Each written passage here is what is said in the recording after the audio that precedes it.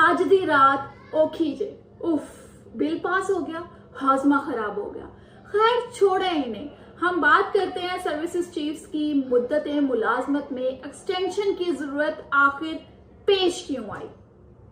बरसों से हम देखते आ रहे हैं कि जब भी कोई भी हुकूमत आती है इसकी आधी मुद्दत जो है ना रियासती अदारों खसूसन सर्विसेज चीफ्स की तैनाती पर ही गुजर जाती है।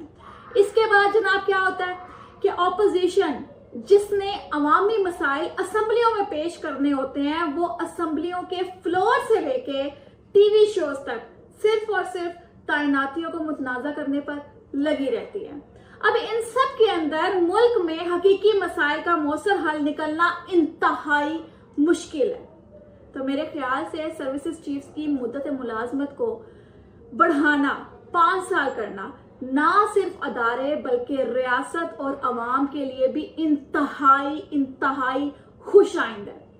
पूरी कौम इस बिल के पास होने पर खुश है, मगर कुछ लोग हैं जिन्हें पेचिस लग गए हैं। ये वो लोग हैं जो ना खुद कुछ कर सकते हैं, ना किसी काबिल है, ना कोई सलाहियत रखते हैं और ना ही किसी को कुछ करने देंगे, और रियासत की खिदमत करना इन्हें एक आंख नहीं भाता।